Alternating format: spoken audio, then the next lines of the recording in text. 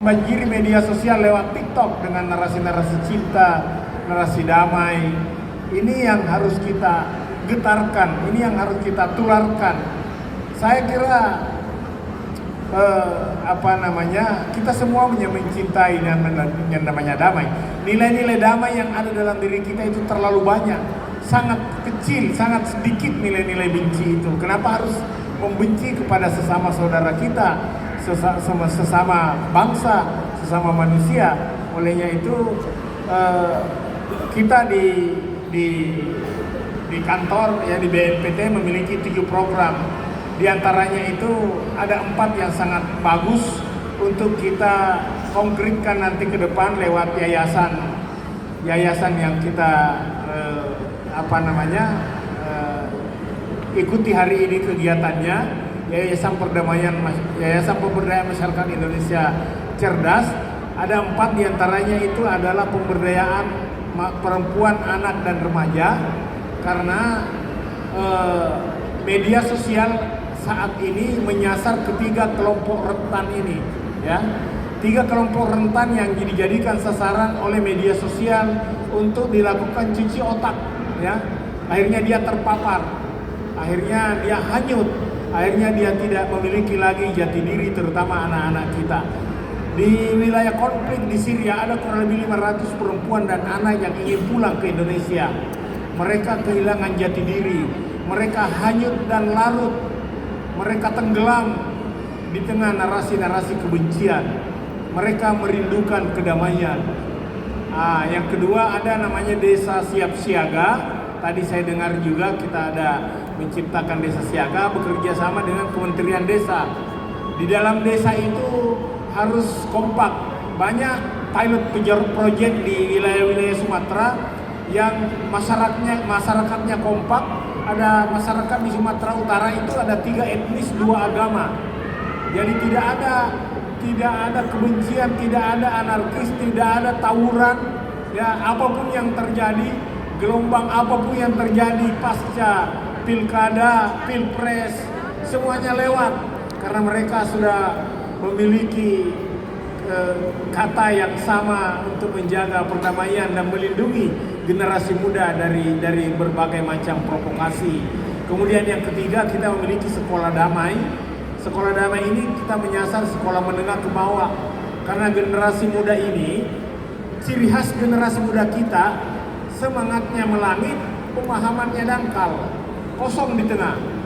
Makanya lahir moderasi beragama di Kemenak, lahir kampus merdeka di Kemendikbud, dan istilah-istilah lainnya. Kalau di BNN lahir desa bersinar, bersih dari narkoba. Jadi kejahatan seperti itu bisa menyasar anak muda kita. Ya, itu tadi kita bersaudara, saya bilang sama-sama menghisap udara, bukan menghisap lem. Anak-anak kita banyak yang korban di lampu-lampu merah itu menghisap lem. Itu jaringan sarafnya itu rusak. Jadi dipicu sedikit untuk melakukan anarkis, dia mau mati. Kita takut dia bunuh diri. Memang ada tren di negara-negara seperti di Korea, di Jepang. Itu ada tren anak muda sekarang melakukan aksi bunuh diri. Bahkan sudah ada di Sumatera. Beberapa psikolog yang kami gandeng dalam melaksanakan kegiatan pemberdayaan perempuan dan anak itu menerima aduan-aduan orang tua yang anaknya sudah hilang, anaknya sudah mau mencoba bunuh diri. Jadi ini bahaya sekali kalau kita tidak terjun all out memberikan keteladanan kepada anak-anak kita. Kita leading by doing, memberikan contoh. Kemudian yang keempat itu adalah kampus kebangsaan. Karena hari ini generasi muda kita di kampus juga memang kampus itu panggung akademik, panggung bebas, tetapi ada hal-hal yang kita tidak bisa tentunya harus ditolerir. Misalnya ideologi kita, HTI, terus terang saya sebut ini organisasi yang sudah lewat, tetapi namanya saja dilarang, ideologinya masih subur. Nah, ini yang menyebarkan kebencian. Karena kalau tidak daulah, kafir.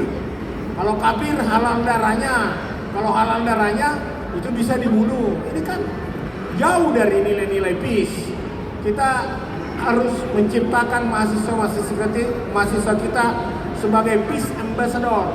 Jadi saya kira Yayasan Pemberdayaan Masyarakat Indonesia Cerdas ini nanti diantaranya ada namanya peace ambassador yang cinta damai, ya duta damai, yang setiap saat kerjanya hanya mengisi media sosial, membanjiri TikTok dengan narasi-narasi cinta.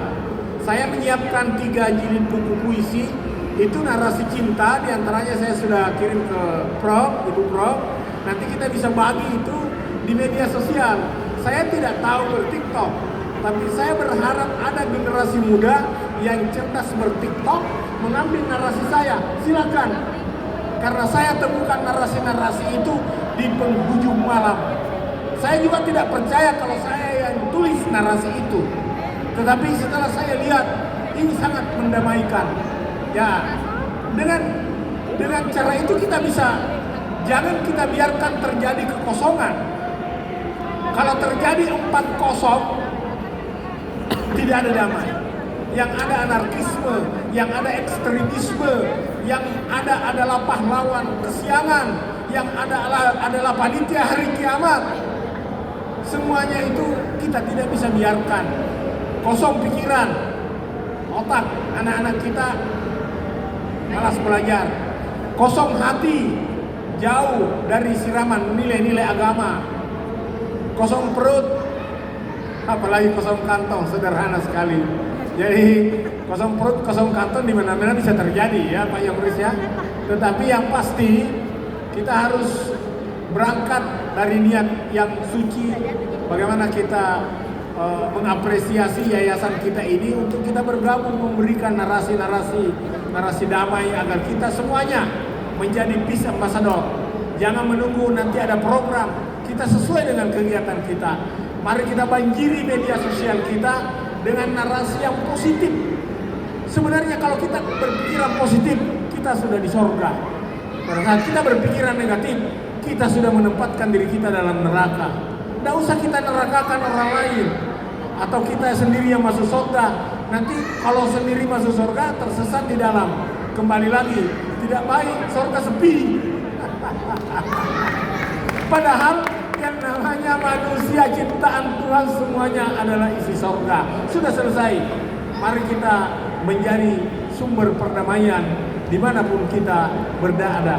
Damai dengan diri sendiri tentu yang pertama, damai dengan lingkungan, damai dengan keluarga, damai dengan lingkungan, damai dengan media sosial. Jangan mudah terpengaruh narasi-narasi provokator di media sosial. Jangan mudah terpancing, ya, karena memang mereka tidak punya dasar, tidak punya modal.